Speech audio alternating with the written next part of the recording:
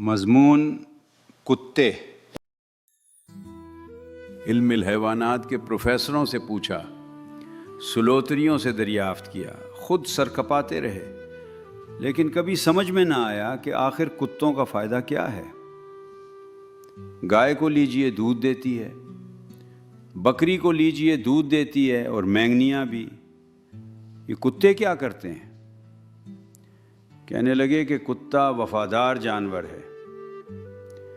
اب جناب، وفاداری اگر اسی کا نام ہے کہ شام کے 7 بجے سے جو بھونکنا شروع کیا تو لگاتار بغیر دم لیے صبح کے 6 بجے تک بھونکتے چلے گئے، تو ہم لنڈورے ہی بھلے۔ کل ہی کی بات ہے کہ رات کے کوئی 11 بجے ایک کتے کی طبیعت جو ذرا گدگدائی تو انہوں نے بار سڑک پر آ کر طرح کا ایک مصرعے دے دیا۔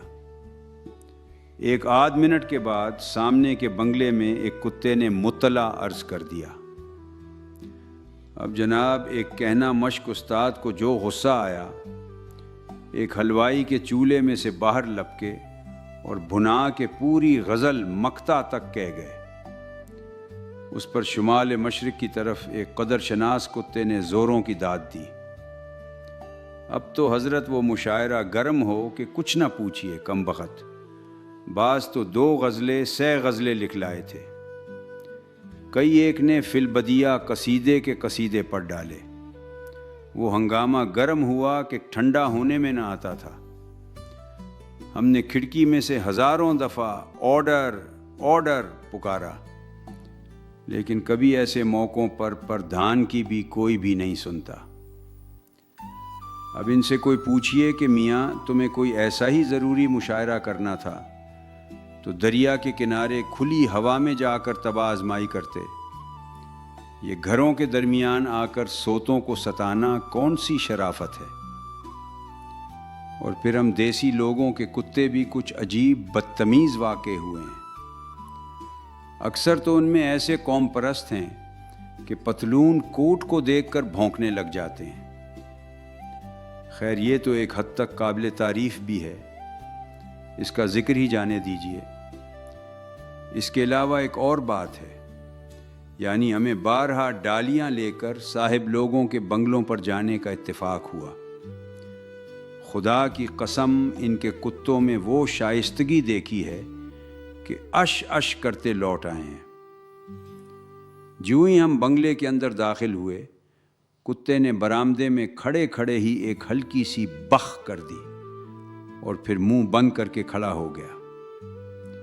ہم آگے بڑھے تو اس نے بھی 4 قدم آگے بڑھ کر ایک نازک اور پاکیزہ آواز میں پھر بخ کر دی۔ چوکیداری کی چوکیداری، موسیقی کی موسیقی۔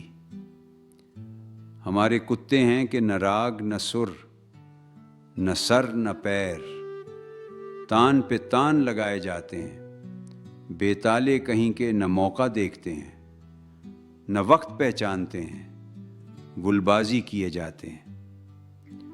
گھمنڈ اس بات پر ہے کہ تان سین اسی ملک میں تو پیدا ہوا تھا۔ اس میں شک نہیں کہ ہمارے تعلقات کتوں سے ذرا کشیدہ ہی رہے ہیں، لیکن ہم سے قسم لے لیجئے جو ایسے موقع پر ہم نے کبھی سیتا گری سے منہ موڑا ہو۔ شاید آپ اس کو تعلی سمجھیں، لیکن خدا شاہد ہے کہ آج تک کبھی کسی کتے پر ہاتھ اٹھ ہی نہ سکا۔ اکثر دوستوں نے صلاح دی کہ رات کے وقت لاٹھی چھڑی ضرور ہاتھ میں رکھنی چاہیے کہ دافع بلیات ہے، لیکن ہم کسی سے خواہ مخواہ عداوت پیدا نہیں کرنا چاہتے۔ کتے کے بھونکتے ہی ہماری طبعی شرافت ہم پر اس درجہ غلبہ پا جاتی ہے کہ آپ اگر ہمیں اس وقت دیکھیں تو یقیناً یہی سمجھیں گے کہ ہم بزدل ہیں۔ شاید آپ اس وقت یہ بھی اندازہ لگا لیں کہ ہمارا گلا خشک ہوا جاتا ہے۔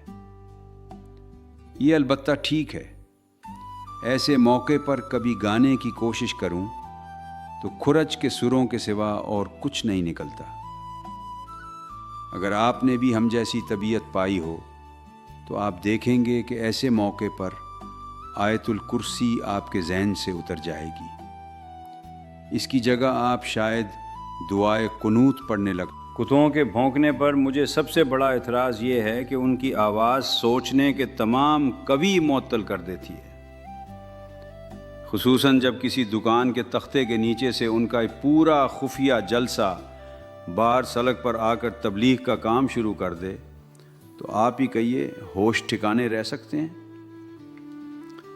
ہر ایک کی طرف باری باری متوجہ ہونا پڑتا ہے، کچھ ان کا شور، کچھ ہماری صدائے احتجاج، بے ڈھنگی حرکات و سکنات۔ اس ہنگامے میں دماغ بھلا خاک کام کر سکتا ہے؟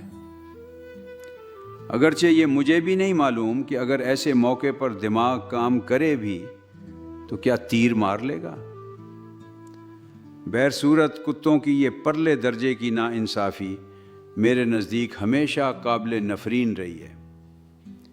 اگر ان کا ایک نمائندہ شرافت قارئین کرام کی خدمت میں عرض ہے کہ اگر ان کا کوئی عزیز و محترم کتا کمرے میں موجود ہو تو یہ مضمون بلند آواز سے نہ پڑھا جائے، مجھے کسی کی دل شکنی مطلوب نہیں۔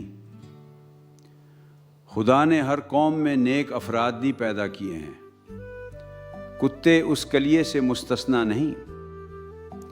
آپ نے خدا ترس کتا بھی ضرور دیکھا ہوگا، اس کے جسم میں تپسیہ کے اثرات ظاہر ہوتے ہیں، جب چلتا ہے تو اس مسکینی اور عجز سے گویا بار گناہ کا احساس آنکھ نہیں اٹھانے دیتا۔ دم اکثر پیٹ کے ساتھ لگی ہوتی ہے، سڑک کے بیچوں بیچ غور و فکر کے لیے لیٹ جاتا ہے اور آنکھیں بند کر لیتا ہے۔ شکل بالکل فلاسفروں کی سی اور شجرہ دیوجانس کلبی سے ملتا ہے۔ کسی گاڑی والے نے متواتر بغل بجایا، گاڑی کے مختلف حصوں کو کھٹکھٹایا، لوگوں سے کہلوایا، خود 10-12 دفعہ آوازیں دیں تو آپ نے سر کو وہیں زمین پر رکھے سرخ مخمور آنکھوں کو کھولا، صورتحال کو ایک نظر دیکھا اور پھر آنکھیں بند کر لی۔ کسی نے ایک چابک لگا دیا تو آپ نہایت اطمینان کے ساتھ وہاں سے اٹھ کر 1 گز پرے جا لیٹے اور خیالات کے سلسلے کو جہاں سے وہ ٹوٹ گیا تھا وہیں سے پھر شروع کر دیا۔ کسی بائسیکل والے نے گھنٹی بجائی تو لیٹے لیٹے ہی سمجھ گئے کہ بائسیکل ہے۔ ایسی چھچھوری چیزوں کے لیے وہ راستہ چھوڑ دینا فقیری کی شان کے خلاف سمجھتے ہیں۔ رات کے وقت یہی کتا اپنی خشک پتلی سی دم کو تابحد امکان سڑک پر پھیلا کر رکھتا ہے۔ اس سے محض خدا کے برگزیدہ بندوں کی آزمائش مقصود ہوتی ہے۔ جہاں آپ نے غلطی سے اس پر پاؤں رکھ دیا، انہوں نے غیظ و غیب کے لہجے میں آپ سے پرسش شروع کر دی۔ بچہ فقیروں کو چھیڑتا ہے، نظر نہیں آتا، ہم سادھو لوگ یہاں بیٹھے ہیں۔ بس اس فقیر کی بددعا سے اسی وقت ریشہ شروع ہو جاتا ہے۔ بعد میں کئی راتوں تک یہی خواب نظر آتے رہتے ہیں کہ بے شمار کتے ٹانگوں سے لپٹے ہوئے ہیں اور جانے نہیں دیتے۔ آنکھ کھلتی ہے تو پاؤں چارپائی کی ادوائن میں پھنسے ہوتے ہیں۔ اگر خدا مجھے کچھ عرصے کے لیے اعلیٰ قسم کے بھونکنے اور کاٹنے کی طاقت عطا فرمائے تو جنون انتقام میرے پاس کافی مقدار میں ہے۔ رفتہ رفتہ سب کتے علاج کے لیے کسولی پہنچ جائیں۔ ایک شعر ہے، عرفی تو میں دیش زغو غائے رقیباں، آواز سگاں کم نہ کند رزق گدارا۔ یہی وہ خلاف فطرت شاعری ہے جو ایشیا کے لیے باعث ننگ ہے۔ انگریزی میں ایک مثل ہے کہ بھونکتے ہوئے کتے کاٹا نہیں کرتے، یہ بجا صحیح، لیکن کون جانتا ہے کہ ایک بھونکتا ہوا کتا کب بھونکنا بند کر دے اور کاٹنا شروع کر دے۔